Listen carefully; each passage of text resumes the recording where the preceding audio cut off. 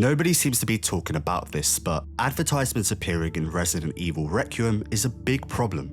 Because if Resident Evil, a series known for atmospheric survival horror, could just slide a luxury car and watch collab into its biggest release, then what exactly stops this form of marketing from spreading everywhere? Today I want to talk about why the product placements in Resident Evil 9 matter more than people think, the problems it has caused to the game, how this could be a glimpse at the future of advertising and marketing in games, and how RE9 could potentially be classified as a long-winded playable ad. But before we get started, why not consider hitting that sub button, as this is one of the only channels on YouTube discussing the lore within gaming. Okay, so how did we get here? For the promotion of RE9, Capcom announced that they had collaborated with Porsche to create a custom Cayenne Turbo GT for Leon. This collab would have been a straightforward licensing agreement to allow Porsche to appear in RE9. Although we don't have many details on who sought after who, the word collab suggests both parties wanted to appear alongside each other as a form of marketing. So why would both companies want this collab to happen, when on paper, it makes no sense? Well, Porsche's reps mentioned Leon needed a car which represents his style. For those of you who didn't know, Leon S. Kennedy is RE's biggest aura farmer. Sorry, I mean most beloved character. Capcom of course wanted their main man to be driving something serious, even though he's crashed everything he's ever driven. Nevertheless, the choice from Capcom is understandable. A personally customized Porsche defo adds to the aura that Leon carries, and I personally found the car complemented his design in RE9. But why would Porsche want to appear in Resident Evil? Porsche has decided to feature in a dark survival horror which throughout its 30+ games has only featured the car in a handful of scenarios. Why RE and why now? To put simply, this is Porsche's marketing strategy. Porsche state on their website that for many fans their first experience behind the wheel of a Porsche is within a game. Porsche have recognized that many of their future customers can use and learn about the brand within the games they play. This will be important later on in the video when I discuss the trends of brands' marketing strategies, so stick around for that. So why does this collab worry me?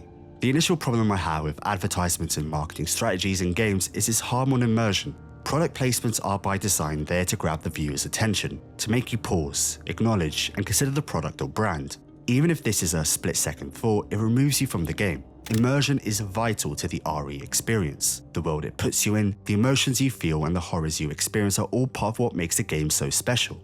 In RE7, immersion of horror is what rebooted the series when it was on survival. Imagine during those heart-racing scenes, like when you first meet the Baker family, you were met with a real-world product placement of some brand's marketing strategy. It would just kill the game's immersion even if you didn't consciously acknowledge it. Such a decision from Capcom in RE9 is puzzling. To include such a collaboration in a series where aesthetic and imagery is everything. However, I will give Capcom and Porsche some credit as the car is designed to fit in this new RE9 world. And strictly speaking, the car appears only alongside Leon, where immersion is slightly less important for the action style of the game as opposed to Grace's more immersive horror gameplay. But how they implemented the Porsche still isn't perfect. I personally have many issues with how Capcom placed the Porsche within RE9. Firstly, the Porsche is introduced within Leon's opening scene. Arguably the series' greatest character, who has been absent since RE6 14 years ago, is given the same respect as a marketing collab. During the promotion of RE9, developers were constantly refuting that Leon would appear in the new game. That's how significant his appearance was meant to be. Instead, they cut this secret short and revealed him for the first time alongside the Porsche. And they directly followed this up within the opening scene in the game as well. And fun fact, all opening scenes in a new location feature the Porsche. I personally find the whole thing completely tasteless. When you actually measure the opening scene, Leon is shown by himself for roughly 16 seconds. The Porsche meanwhile gets around 22 seconds alone. So somehow in the opening moment of arguably Resident Evil's most iconic character, the product placement is given more solo attention than Leon himself. And it gets worse. If you include the time Leon and Porsche share on screen together, the car appears for roughly 1 minute and 44 seconds in total. That means the Porsche is visible for about 65% of the entire opening cutscene. That is incredibly disappointing because it reveals where the scene's priorities really are. This should have been a moment about Leon, his return and his importance. Instead, that moment is diluted by a product placement and marketing strategy. And once you realize that, the whole thing starts to feel less like a cinematic reintroduction and more like an advert disguised as storytelling. If I was to put this Porsche logo over these segments, it would be hard to distinguish it from a car ad as opposed to an RE game. That is what makes it so bad. It's not just that there is a Porsche in Resident Evil. The car brand doesn't even matter. It is that one of the most important character moments of the game is forced to share its spotlight with a glorified sponsor segment. A further issue I have is how little actual purpose the Porsche serves within the game itself. For all the attention it receives, it contributes almost nothing to the player's experience beyond being something we are meant to look at. Every time the car appears, it's either locked inside a cutscene or parked in a way that makes it feel present but unusable. You cannot drive it, inspect it, or really interact with it at all. It exists purely as a visual object. You would naturally assume that, like so many other objects in RE, the car is part of the environment and can be tested or damaged. But no, the game even refuses to let you aim at it. Even if you manage to roll a grenade near it, the Porsche shows no visible damage. It's impossible to damage the car, and that is what makes it feel so artificial. The Porsche does not obey the same rules as the rest of the environment because it is not there to serve the game. It is there to preserve the image of the brand, putting serious doubt to this so-called collab. The reason for this likely comes down to licensing. When real-world IP is brought into a game, the brand owner will often want some level of control over how that product is depicted. I do not know the exact agreement between Capcom and Porsche, but the way the car is handled makes the implication pretty clear. This is an object whose image needs to be protected. And while I understand that from a legal standpoint, I think it's deeply disappointing from a creative one. Because this is Capcom. Cars in Capcom games are not sacred objects. They get smashed, exploded, thrown around, and treated like part of the fun. So when this Porsche shows up and suddenly has to be handled like a protected showroom piece, it feels like Capcom is bending its own design philosophies around a sponsor. And that is where the whole thing starts to feel less like a collaboration and more like an advert.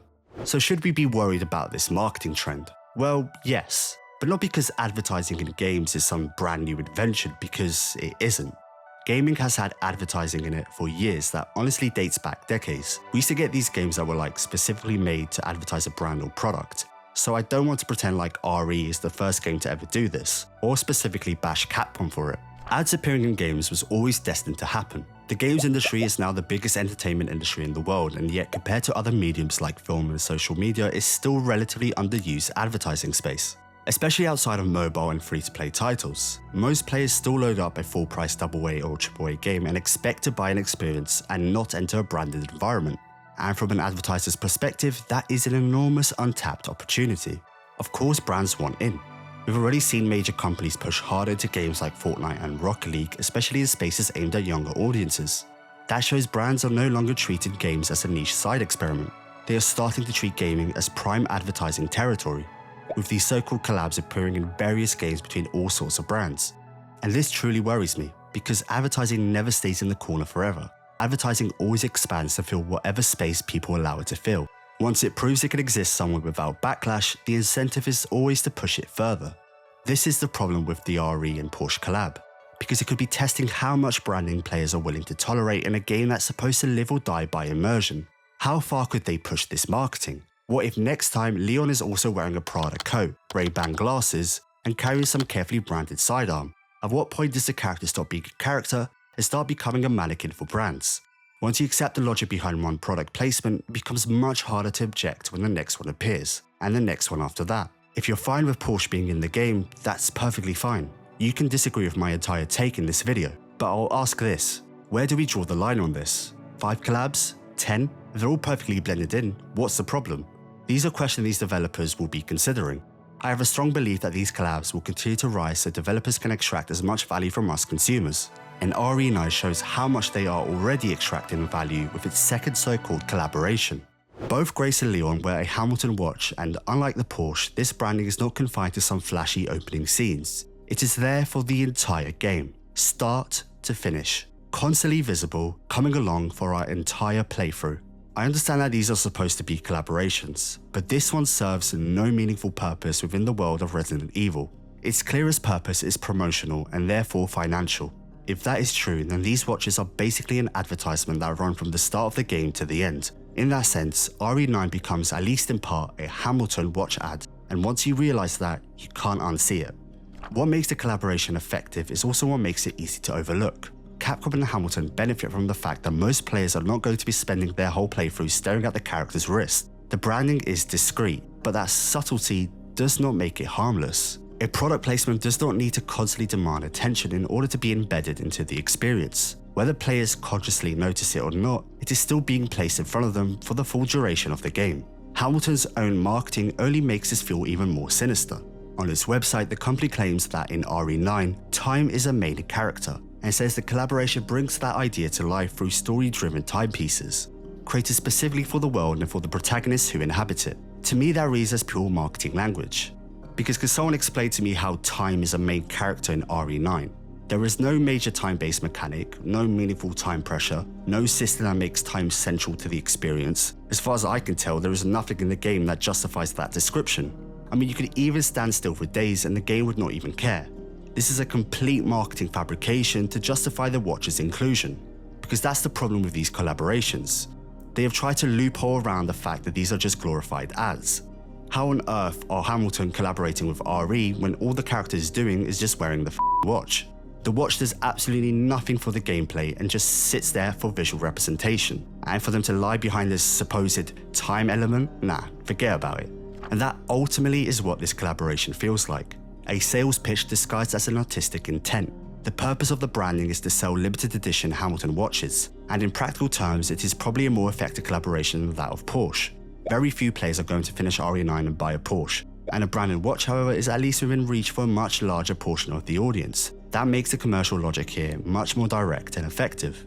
This whole thing was just crazy to me. I mean, I even went back to check whether I was exaggerating, whether perhaps Grace loses the watch at some point, or whether it quietly disappears later in the story. But no, she has it in the opening scene, and she still has it in the final one. Once you notice that, it becomes much harder to see the watch as an innocent costume detail. It starts to look like what it really is, a long form of advertisement woven directly into the entirety of the game. And based on how little negative backlash we have seen from both collaborations, this marketing will be viewed as highly successful, which will only lead to further collaborations in the gaming space. However, there is some justification for these collabs that needs to be recognised. The biggest defense for these collab product placements and ads in games is simple: it makes money. And in an industry where budgets and costs are getting absurdly high, that is a plausible argument. Single-player games are often treated as less profitable than multiplayer or live service titles. They simply do not have the same forms of monetization available. This is why there have been conversations that developers are unwilling to continue making them. So from a business standpoint, I do understand why publishers would look at product placement and see that as an opportunity. It is extra revenue without directly charging the player more money, and honestly that is probably the strongest argument in its favour. Some people would even say this is one of the least harmful ways to monetize the game. If the alternative is more aggressive DLC, more microtransactions, or mechanics built around squeezing the player after purchase, then a branded car in a cutscene or a watch can seem relatively harmless. At least the player is not being forced to keep spending. There is also the realism argument. Some players will say that seeing real brands can actually make a world feel more grounded. Real cars, real watches, real clothing, in some contexts that can make a game feel more believable rather than less. And if the placement is subtle enough, I can understand why some players simply do not care. If it does not interrupt gameplay in any way, if it does not lock content behind extra payment, and if it's visually well integrated, then for a lot of players it is easy to shrug and move on. So I do not think the pro collab argument is completely ridiculous. In fact, part of it is pretty convincing. But my problem will always be this: once you've paid full price for a game, especially a premium single player title, there should be a limit to how much of your attention is still being sold off. This is not a free-to-play mobile game, it is not a live service title, it is a full-price release. So I think players are justified in expecting a certain level of artistic respect and freedom from commercial intrusion. Many players use gaming as a medium to disconnect from the real world and its stresses. Intrusive ads harm that experience. And that is why I still find this worrying, not because RE9 suddenly becomes unplayable, but because it normalizes the idea that even premium single-player games are now ad spaces, and once that idea becomes acceptable and mainstream, there is very little incentive for the publishers to stop at one collaboration. Whether you like the placements in RE9 or barely notice them, they still point in the same direction. Developers are getting smarter about turning every part of a game into something that can be monetized, and maybe Capcom gets away with that because people trust and like them. But let's be honest, if a company like EA or Activision had done this, people would have called it exactly for what it is: another evil attempt to commercialize video games. To say Capcom are secretly running ads through these collabs would be a bold claim, and I'm not saying they're breaking the law, but I do think these so-called collabs expose a regulatory gap. In England, the basic rule is that advertising should be clearly recognisable as advertising. The problem is that collab is such a vague, flexible label that it can often soften the commercial reality of what is going on. If a real-world brand is paying for visibility inside a game, and that promotion is being disguised as a creative partnership rather than plainly presented for what it is, then you start getting uncomfortably close to the kind of hidden advertising rules are meant to be protecting us from. It is obvious these collabs are a vehicle to avoid advertisement regulations. In some scenarios, collabs work extremely well when both parties benefit in a collaborative way, but I feel Capcom really missed the mark with their collabs, especially with the Hamilton collab, in which I feel borderlines of it just being a glorified ad. There isn't really a solution to this apart from being vocal and raising concerns that these collabs should be better implemented in the future if they are to be used. What I will say though is that next time you see a collab, question what its true intention is within the game you're playing. If it's not benefiting the gameplay, the story, or the visuals, then what exactly is it there to do? You'll find the answer is to advertise itself to you. That concludes the video. Let me know if you agree that this is an issue. As always, I would greatly appreciate a sub as I'm trying to reach 1,000 subs and pay off my crippling law school debt. I wish I was joking. If you've ever seen a game mod on Resident Evil and wondered how the hell is that legal, then this video on the left will answer that exact question. Alternatively, if you've ever wondered why all the Resident Evil guns have fake names, then this video on the right is for you. See you in the next one.